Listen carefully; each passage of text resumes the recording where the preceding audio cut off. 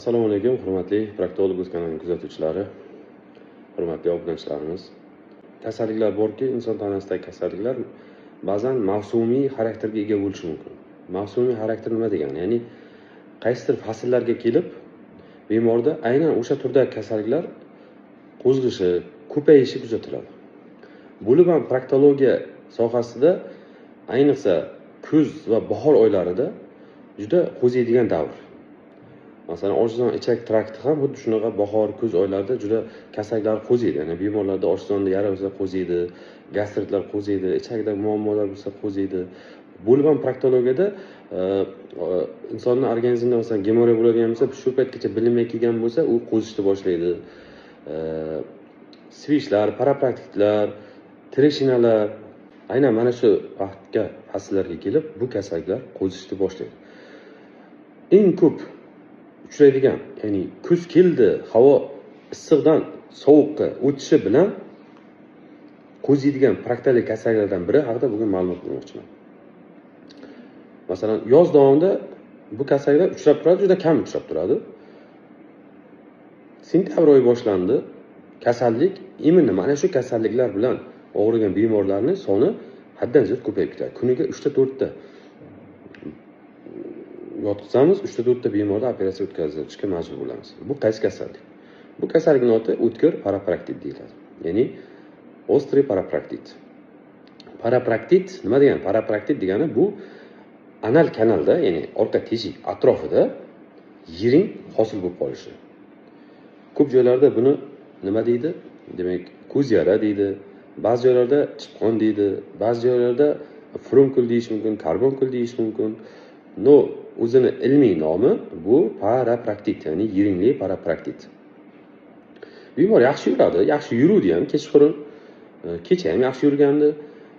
Kechga borib yoki ertalab bemor orqada kuchli og'riq hosil bo'lganini sezib oladi. Ba'zan og'riq yengil boshlanishi mumkin. Yengil, sekin-sekin birinchi boshda qichishib turishi mumkin, ozgina vaqt achib turishi mumkin. Bir kun o'tar o'tmay orqada demak kuchli og'riq his qilishni boshlaydi. Kuchli og'riq his qilish bilan birga orqada shish paydo bo'ladi.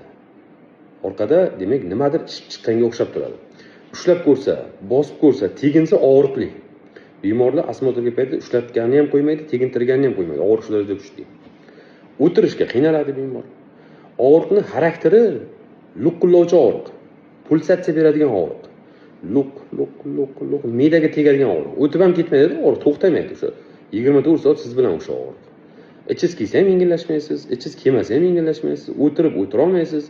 Kamiga agar yiring to'planish ko'payib borgan sari bemorda temperatura oshishni boshlaydi, intoksikatsiya, sovuq qotish, qaltirash, varajat tutishi, ishtaha pasayishi, holsizlik, yana undan tashqari bemorda og'riq, demak, qiynab, ezib tashlaydi. Mana shunaqa bir yomon kasallik, bir davolashi ham bir qanaqadir qiyinroq bo'lgan kasallik hisoblanadi. Ya'ni o'tkir parapraktit. Bemorlar e'tibor bermasdan yuradi. Bir kun chidaydi, 2 kun chidaydi. Endi hammani og'riqqa chidamlilik darajasi har xil. Kimdir keyin o'zicha bu kun tanishidan so'raydi, og'riq qoldirish dori ichadi, qanaqadir mazlardan foydalanib ko'radi, hech foydasi bermaydi, foyda bo'lmaydi. O'zi umuman xirurgiyada bitta qoida bor-da. Qoida nimadan iborat? Qayerda yiring bo'lsa, uni chiqarib yuborish kerak, tashqariga chiqarib yuborish kerak. Yiringga yo'l ochib berishimiz kerak. Bu yiring, gnoy organizm uchun yot narsa. Ya'ni u organizmniki emas. O'shaning uchun organizm doim harakat qiladi bu yiringni tashqariga chiqarib yuborishga. Oddiy misol, qo'lingizga zirabcha, misol uchun tikon kirib qolsa, bilmasligingiz ham mumkin siz. Qachonki u yiringlagandan keyin sezib qolasiz ba'zi vaqtlarda, to'g'rimi? Chunki bu kirib qolgan narsa bu inorodniy telo, ya'ni biz uchun begona narsa. Siz uni e'tibor bermasangiz ham, buni organizm doim kontrol qiladi va uni yiringlatib tashqariga chiqarib yuborishga doim harakat qiladi. Orqada ham shu. Yiring to'planib qoldi. Nega og'riq bo'ladi? Chunki organizm doim o'sha yiring tashqariga harakat qilaveradi, haydashga. Terida ba'zi vaqtda shishib ketadi. Bir 10-14 kun holatlarda bemorlarda o'sha shishib ketgan joy, agar bemor vrachga murojaat qilmasa, o'sha joydan yiring yorilib ketadi yoki axlat bilan birga ichakka yorilib ketadi, axlat bilan birga yiring tashqariga chiqib ketishi mumkin. Yoki teridan yorilsa, teridan yiring tashqariga chiqib ketadi. Yiring sassiq bo'ladi, gnoyli, qon aralashgan o'sha ajralma holda tashqariga chiqib keladi. Ba'zi hollarda bemorlar demak hushyorlik qilishadi, og'riq yaxshi bo'lganligi sababli bemor vrachga murojaat qiladi. Vrach ko'rib turib, bu parapraktit ekan, buni operatsiya qilish kerak desa, bemor qotib qoladi. Qanaqasiga? Men kecha yaxshi yurdim, nega to'satdan operatsiya bo'lish kerak? Ha do'stim, hayot shunaqa kutilmagan voqealarga to'la. Bir soatdan keyin nima bo'lishini biz bilmaymiz, to'g'rimi? Xuddi shunaqa.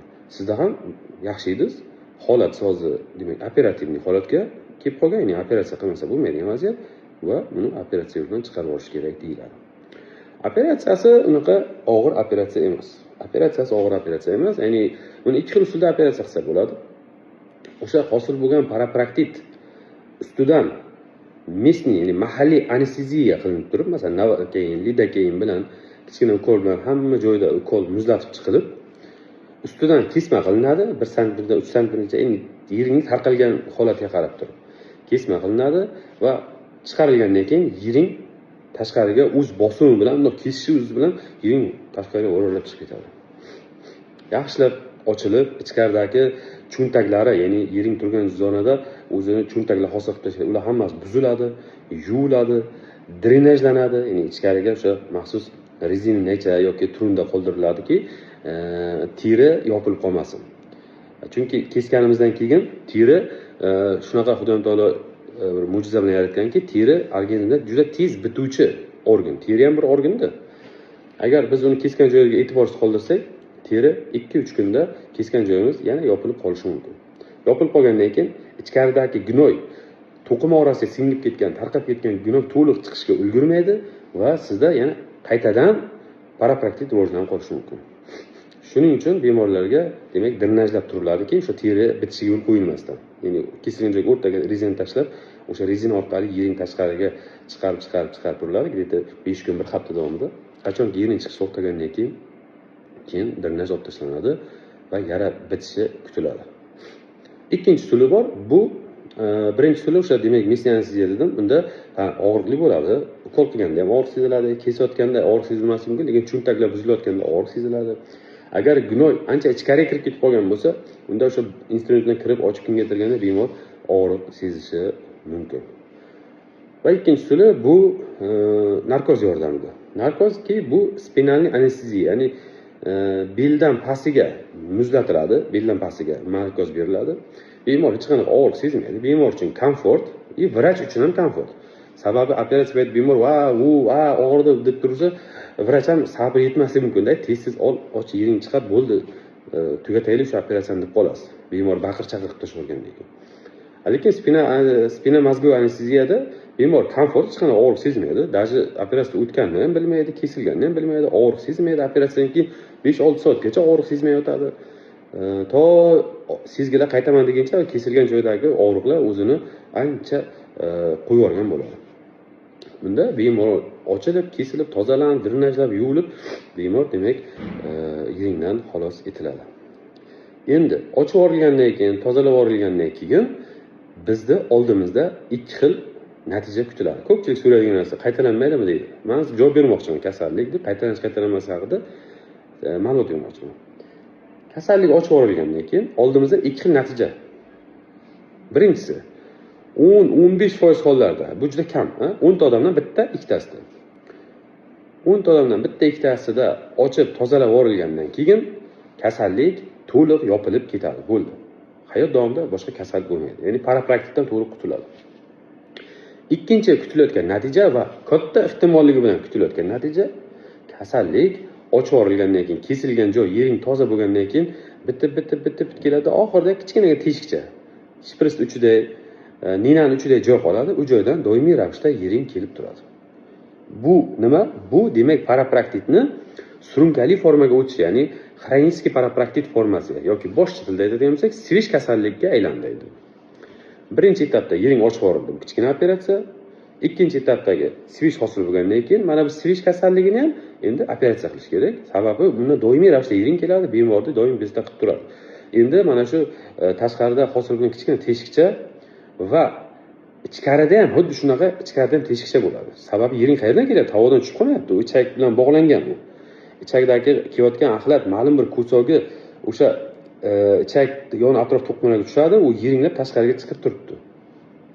Mana shu ikkita teshik o'rtasida hosil bo'lgan kanalni, demak, xirurgik usulda olib tashlash amaliyoti bajariladi. Ba'zan lazerda ham kuydirish mumkin, lekin lazerda jelatinni tavsiya bermaymiz. Sababi lazerda kasallik qaytalanish ehtimoli yuqori. Svish haqida, parapraktit haqida alohida va batafsil ma'lumot berganmiz. Ya'ni boshqa videolarimizda bu haqda to'liq gapirganmiz. Agar yana ham chuqurroq ma'lumot olmoqchi bo'lsangiz, shu kanalga o'tib turib boshqa videolarimizni ko'rib olishingiz mumkin. Bu yerda o'sha aniq parapraktit nima, uni davo usullari, svish nima, uni davo usullari, hammasi va qanaqa davolash usullari bor, hammasi haqida to'liq ma'lumot berilgan. No, itago. Demak, kasallik yo bitib ketishi mumkin, kichkina ehtimol bilan, katta ehtimol bilan bitmasdan svishga aylanishi mumkin. Svishga aylangandan keyin bemorda planli ravishda, ya'ni rejali tartibda bemorga mana shu vaqtdan keyin kelasan va buni svish yo'lini olib tashlaymiz deb aytiladi. Biz qayerdan bilamiz bu parapraktit keyinchalik svishga aylanadimi yo'qmi? Bemorga demak 4-6 hafta, ya'ni 1-1,5 oy vaqt davomida kutiladi. Ya'ni agar yopilsa yopilib ketdi, yopilmasa demak svishga aylandi. Shu 4-6 haftada o'zi ma'lum bo'lib qoladi holat. Endi svishga aylanmaslik uchun nima qilishimiz kerak? Svishga aylanmaslik holati bu na sizga, ya'ni bemorga, na vrachga bog'liq.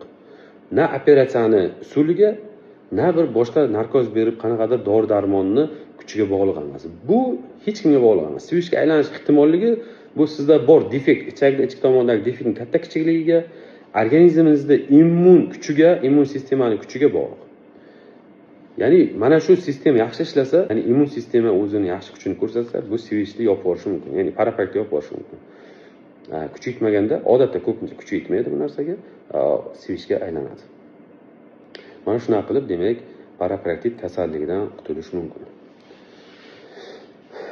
Deylik, ba'zi bemorlarimiz uzoqda, masalan, Rossiyada, Koreyada, boshqa davlatda ishlaydi yoki ba'zi bemorlarimiz sharoit bo'lmasligi mumkin yoki imkoniyat bo'lmasligi mumkin.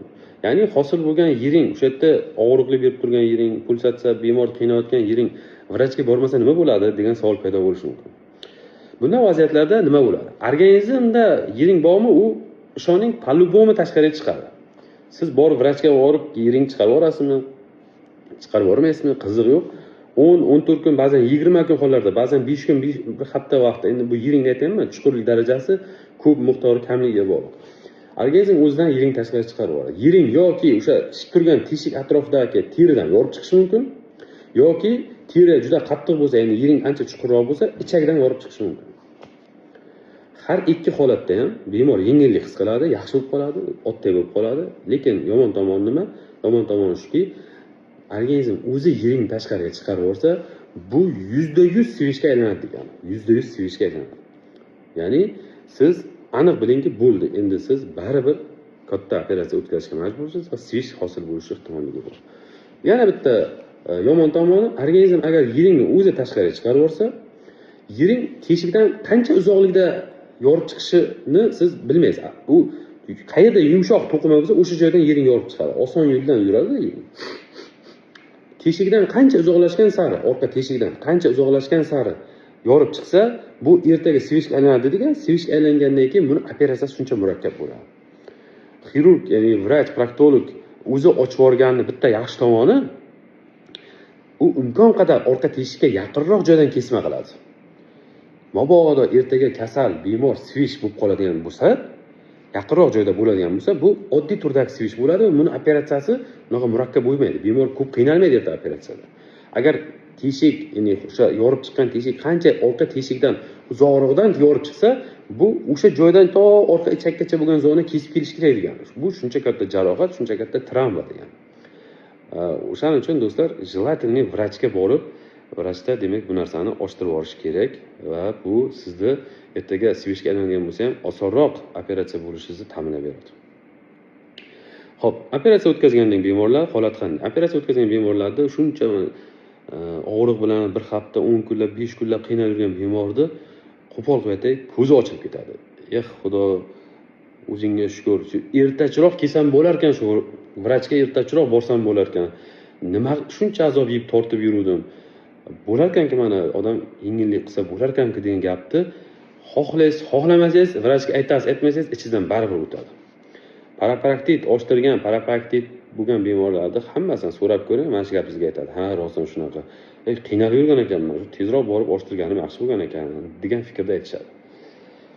O'shaning uchun do'stlar, ko'p o'zingizni qiynamang, jonni ham ko'p qiynamang. Bu qiynalishga arziydigan narsa emas. Zudlik bilan borib vrach xirurgga, imkon bo'lsa proktologga borib bu narsani ochtirib, tozalatib, yuvilib, bir hafta 5 kun davomida tozalab, yuvib, drenajlab tursangiz, keyinchalik birinchidan og'riqdan qutulasiz. Mabodo agar deylik sivish keladigan bo'lsa, oson turdagi sivish hosil bo'ladi va uning keyinchalik operatsiyasi ham oson o'tadi. Demak, bu parapraktit haqida ozroq tushuncha edi. Boyagi gapning chalasi, bemorda sirasi og'riqlar kamayadi, temperatura tushadi, ishtaha joyi keladi, intoksikatsiya, zaharlanish o'zi yo'qolishni boshlaydi. Bemor o'zini juda yaxshi his qilishni boshlaydi.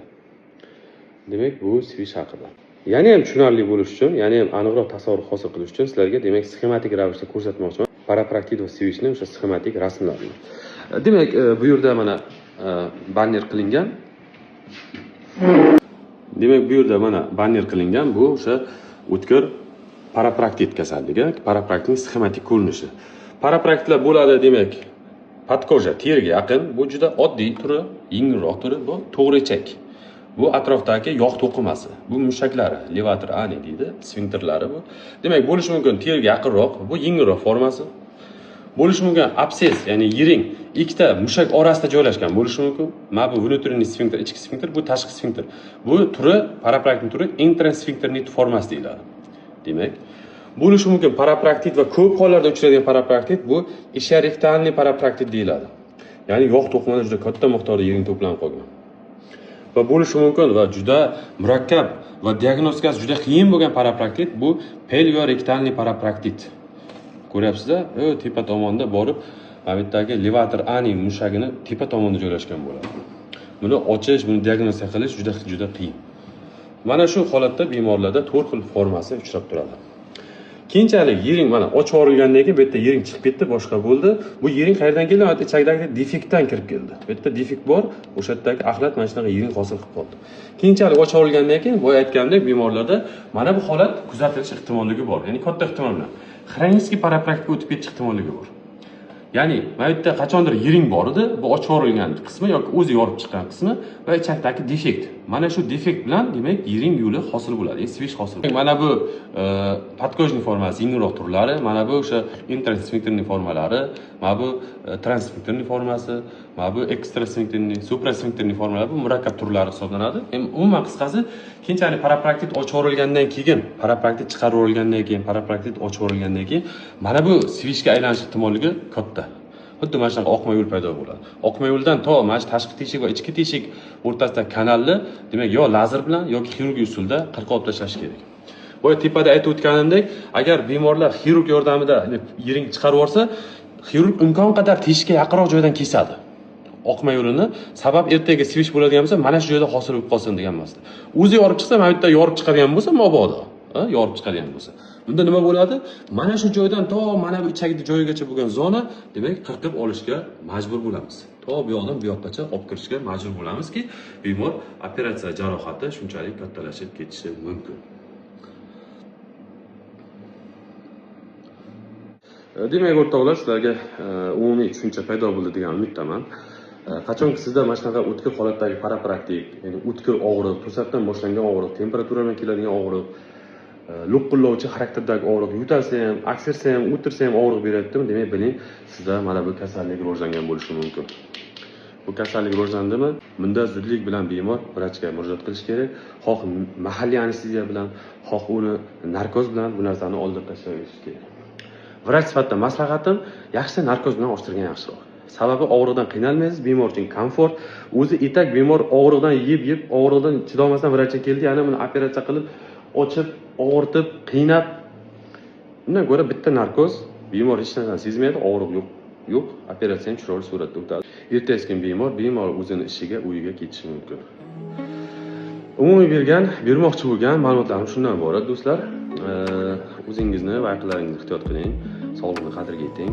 Albatta sizda va sizning yaqinlaringizda shu kabi muammolar bo'ladigan bo'lsa, marhamat, bizga ham murojaat qilishingiz mumkin yoki proktologga murojaat qiling. Umuman olganda proktolog sizga kerakli malakali yordam beradi. Sog' bo'lingizlar, yaxshilikda ko'rishaylik. Yaxshi kunlarimiz ko'p bo'lsin.